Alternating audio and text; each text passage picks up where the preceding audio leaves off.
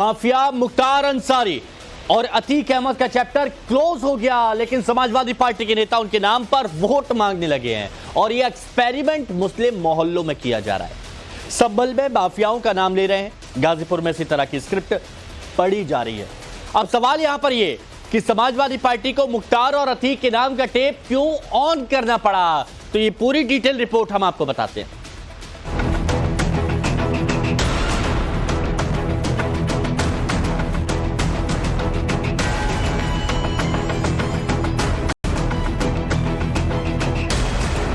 अतीक अहमद साहब हो, मुख्तार अंसारी साहब हो, जो उनके साथ में जो सूरत हाल हुई है कोई उसको भूल नहीं सकता। मेरी गुजारिश है आप सब लोगों से, कसम है आप लोगों को कि उनकी कुर्बानी क्यों जाया मत होने देना। तो मुख्तार के साथ ऐसा ही हुआ। वो एक शेर था, सामने से अनेकों बार वार हुआ, हमला हुआ, मिटाने और मारने की कोशिश हुई, लेकिन सफलता नहीं मिली। मारने वाले आए जो, वो खुद ही मर गए। मैं पूछना चाहता हूँ योगी जी से, पेपर लीक करने वाले माफियाओं के लिए क्यों नहीं चल रहे? जो भू माफिया भारतीय जनता पार्टी के लोग, उनके ऊपर ये बुलडोजर क्यों नहीं? कोई अतीक अहमद के नाम पर वोट मांग रहा है तो कोई बीच चुनाव मुख्तार अंसारी को शेर बता रहा है। किसी को माफिया से हमदर्दी है तो कोई नाम लिए बगैर माफिया का जिक्र कर रहा है। इन सब का कॉमन कनेक्शन है कि ये समाजवादी पार्टी के नेता हैं और 2024 के इलेक्शन में चुनाव लड़ रहे हैं। जियाउर रहमान बर्क संभल से समाजवादी पार्टी के प्रत्याशी हैं, तो अफजल अंसारी गाजीपुर से समाजवादी पार्टी के टिकट पर चुनावी मैदान में है।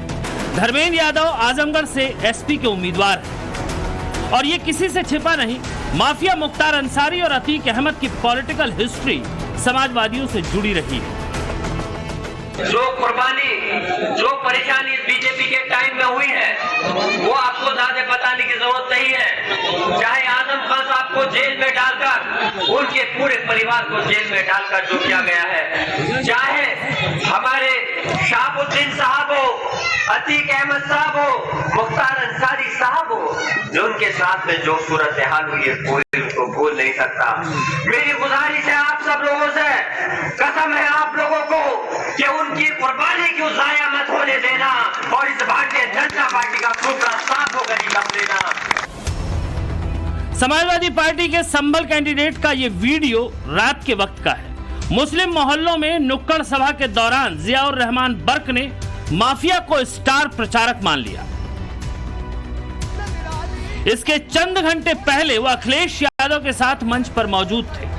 तब मुलायम सिंह यादव, शफीकुर रहमान बर्क वगैरह वगैरह को श्रद्धांजलि के तौर पर वोट मांग रहे थे, लेकिन असल में अखिलेश यादव के मंच से कैसे माफियाओं के कसीदे गढ़े जा रहे हैं ये अब क्लियर हो गया। संभल के जिस मंच पर अखिलेश इस चुनाव को देश के भविष्य का चुनाव बताया, उसी मंच से समाजवादी नेता किस तरह सैकड़ों परिवारों की खुशियों पर डाका डालने वाले मुख्तार अंसारी और अतीक अहमद को वोट के तौर पर इस्तेमाल कर रहे हैं, वो भी सुनिए।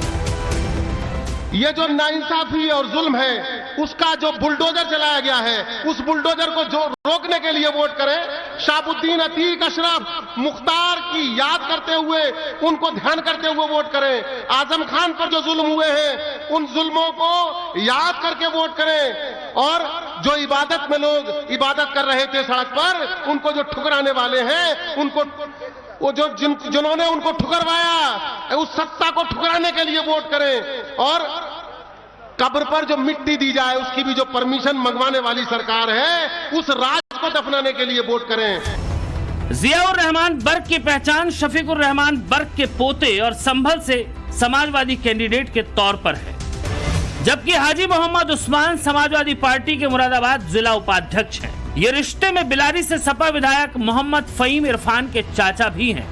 हाजी मोहम्मद उस्मान संभल में अखिलेश यादव के साथ मंच पर थे, जिसकी तस्वीर अखिलेश के सोशल मीडिया अकाउंट पर शेयर की गई। जो विचारधारा समाजवादी की है, तो उस विचारधारा को लेकर आप अगर कस्में दे रहे हैं तो आपको कसम देना चाहिए तो वीर अब्दुल हमीद की देना चाहिए ना। हम तो यही पूछना चाहते हैं कि आप खुद पूछिए कि समाजवादी पार्टी के नेता जो इस तरह की बातें कर रहे हैं, जो अपराधियों को अपना आइडियल बनाकर उनके नाम पर कस्में देकर वोट मांग रहे हैं। उनसे खाली इतना पूछिए कि तुम्हारी नजर में शहीद वीर अब्दुल हमीद हैं या ये अपराधी हैं? एक तरफ मुख्यमंत्री योगी आदित्यनाथ का नारा है विकास की रफ्तार को धार वर्सेस माफिया राज से मुक्ति, तो समाजवादी पार्टी के एजेंडे में मुख्तार अंसारी और अतीक अहमद की एंट्री हो गई है। अखिलेश यादव को मुख्तार की मौत पर गाजीपुर जा चुके हैं और अब 24 के चुनाव में अखिलेश यादव के उम्मीदवार खुल्लम खुल्ला माफियाओं के नाम पर वोट मांग रहे हैं। सवाल यह है कि क्या इसके पीछे कोई स्ट्रेटजी है, तो इसकी इनसाइड स्टोरी समझना बेहद जरूरी है। मुख्तार अंसारी और अतीक अहमद जब जिंदा थे तब समाजवादी पार्टी ने इनके आतंक को अपनी सत्ता का जरिया बनाया और अब इनकी मौत को सियासी सीढ़ी के तौर पर इस्तेमाल करना चाहते हैं। इन माफियाओं के मुस्लिम वर्ग में पैठ मानी जाती रही है और इस समुदाय का एक तबका ऐसा है जो इनके कहने पर वोट करता था। मुख्तार और अतीक अहमद अपने प्रभाव वाले इलाके में खौफ की बिना पर वोट इधर से उधर करवाते थे और कई लोग इन माफियाओं के कहने पर इसीलिए वोट डालते थे क्योंकि वो गुर्गों के तौर पर काम करते थे। अब इन्हीं तीनों तरह के वोटरों को साधने के लिए समाजवादी पार्टी के नेता माफियाओं का नाम ले रहे हैं और ये बात सब जानते हैं कि यूपी से माफिया राज का खात्मा सीएम योगी आदित्यनाथ की प्रायोरिटी में टॉप पर है। समाजवादी पार्टी और कांग्रेस के लोगों की गरीब के साथ सहानुभूति नहीं है, इनकी सहानुभूति तो माफिया के साथ में है। और माफिया के लिए कैसे फतिहा ये लोग पढ़ते हैं आपने देखा होगा, अभी कुछ दिन पहले देखा है ना, माफिया के लिए कैसे फतिहा पढ़ते हैं। संभल में 7 मई को मतदान होगा, जबकि आजमगढ़ में 25 मई और गाजीपुर में 1 जून। ये वो इलाके हैं जहां माफिया मुख्तार और अतीक अहमद का या तो डायरेक्ट या फिर इनडायरेक्ट इन्वॉल्वमेंट रहा है। अखिलेश की पार्टी को लगता है कि अगर यूपी में योगी के मिशन 80 को रोकना है तो फिर अतीक मुख्तार की मौत का सिंपैथी कार्ड और डराने धमकाने की रणनीति ही काम कर पाएगी, क्योंकि अखिलेश के उठाए गए बाकी सभी मुद्दे उतना असरदार साबित नहीं हो रहे जितनी उन्होंने उम्मीद की थी। अखिलेश का इलेक्टोरल बॉन्ड का मुद्दा योगी ने फेल कर दिया, जाति जनगणना का कार्ड उतना काम नहीं कर रहा, महंगाई बेरोजगारी पर योगी का विकास हावी रहा है, पेपर लीक का मुद्दा पूरे यूपी में फिट नहीं बैठ रहा और अब बचा मुस्लिम दाव, मुख्तार और अतीक की मौत। समाजवादी पार्टी को लगता है कि आखिरी कुछ राउंड में इसे नहीं उठाया तो बाजी रेत की तरह हाथ से फिसल जाएगी, क्योंकि माफियाओं की माफियागिरी इन्हीं इलाकों में ज्यादा काम करती थी। अभी फिलहाल जनता जनार्दन में एक फैसला हो चुका है कि भारतीय जनता पार्टी और उसकी सरकार में बैठे हुए और उसकी मशीनरी जो कानून से हट करके जो अन्याय करने की घटना में लिप्त रहे हैं, आज उसकी सजा इस चुनाव में भारतीय जनता पार्टी को पूरे पूर्वांचल में सफाया करके पूर्वांचल की जनता और इसका असर मैं कहता हूं पूरे उत्तर प्रदेश में। अफजाल अंसारी का मुख्तार अंसारी से भाई का नाता है, इसलिए वो मुख्तार की मौत के जरिए माहौल बनाने की कोशिश करेंगे। ये पहले से तय था, लेकिन संभल कैंडिडेट जियाउर रहमान बर्क का ना तो अतीक से कोई रिश्ता है और ना ही मुख्तार से किसी तरह का ओपन कनेक्शन। ऐसे में चुनाव के बीच में उनके नाम पर वोट मांगना ये इशारा करता है कि असल में समाजवादी पार्टी येन केन प्रकारेण मुसलमानों का वोट चाहती है। गौर करने वाली बात यह है कि जिन 3 नामों के जरिए सपोर्ट जुटाने की समाजवादियों की कोशिश है, वो स्ट्रेटजी यूपी के डिप्टी सीएम केशव प्रसाद मौर्य पहले ही आउट कर चुके थे। बड़े बड़े गुंडे, अपराधियों, माफियाओं के खिलाफ कठोरतम कार्रवाई की गई, जेल भेजा गया, कानून के माध्यम से उनको सजा दिलाने का काम हुआ। और अगर मैं कहूं कि श्री अखिलेश यादव के 3 यार मोहम्मद आजम खां, अतीक अहमद और मुख्तार, यद्यपि 2 चले गए हैं, अब इस धरा में नहीं है, लेकिन ऐसे लोगों की यारी करने के कारण सपा हो गई है। मुख्तार की मौत पर वोट तो असदुद्दीन ओवैसी भी मांग रहे हैं, लेकिन उनकी पार्टी का यूपी में कोई खास वजूद नहीं, इसीलिए रडार पर समाजवादी पार्टी है। 2019 के इलेक्शन में पूर्वांचल की 29 सीटों में से समाजवादी पार्टी सिर्फ 1 जीत पाई थी और वो भी आजमगढ़, जो 2022 के उपचुनाव में हार गई।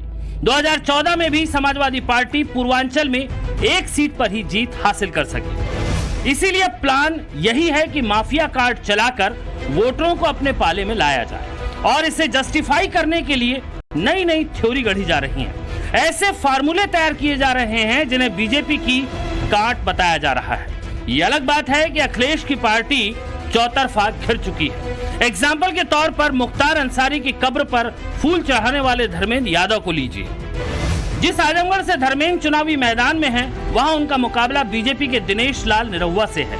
अब बीएसपी ने सबीहा अंसारी के रूप में मुस्लिम कैंडिडेट दे दिया। और यह बात दिगर है कि धर्मेंद्र यादव 2022 का लोकसभा उपचुनाव आजमगढ़ से हारे तो उसके पीछे बीएसपी को मिलने वाला मुस्लिम वोट था। शायद इसीलिए धर्मेंद्र माफिया की राजनीति से परहेज नहीं कर रहे। और योगी आदित्यनाथ माफिया राज की बात करते हैं, उसको लेकर आप लोग का क्या रुख है? क्योंकि अब वो कह रहे हैं कि माफियाओं को अब हम मिट्टी भी नसीब नहीं होगी। देखिए, ये घमंड है और घमंड किसी का चला नहीं और इनका भी नहीं चलेगा। मैं पूछना चाहता हूँ योगी जी से, पेपर लीक करने वाले माफियाओं के लिए क्यों नहीं चल रहे हैं? जो भू माफिया भारतीय जनता पार्टी के लोग, उनके ऊपर ये बुलडोजर क्यों नहीं? यूपी के पूर्वी हिस्से में बलिया भी आता है। इस इलाके में मुख्तार अंसारी का दबदबा रहा है। अब माफिया फैमिली के असर वाली इस सीट पर अखिलेश ने सनातन पांडे को टिकट दिया है। अखिलेश के इस कैंडिडेट का वोट मांगने का अपना स्टाइल है और धमकी देने का भी अलग अंदाज। इस बार हम संकल्प के साथ आए हैं कि अगर जनता द्वारा हम चुनाव हरा दिए गए तो जनता का विभाजन करते हुए मैं काउंटिंग अक्सर से बाहर आ जाऊंगा।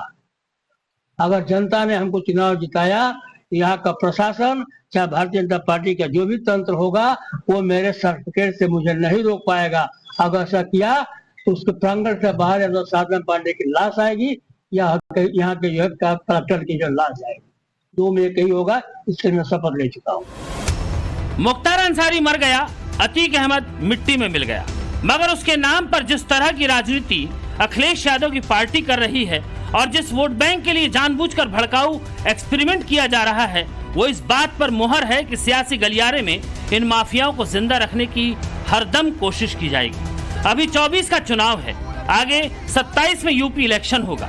बहुत संभव है तब भी यही पैटर्न नजर आएगा और योगी हर बार अपने ही अंदाज में माफियाओं को खामोश करते रहेंगे।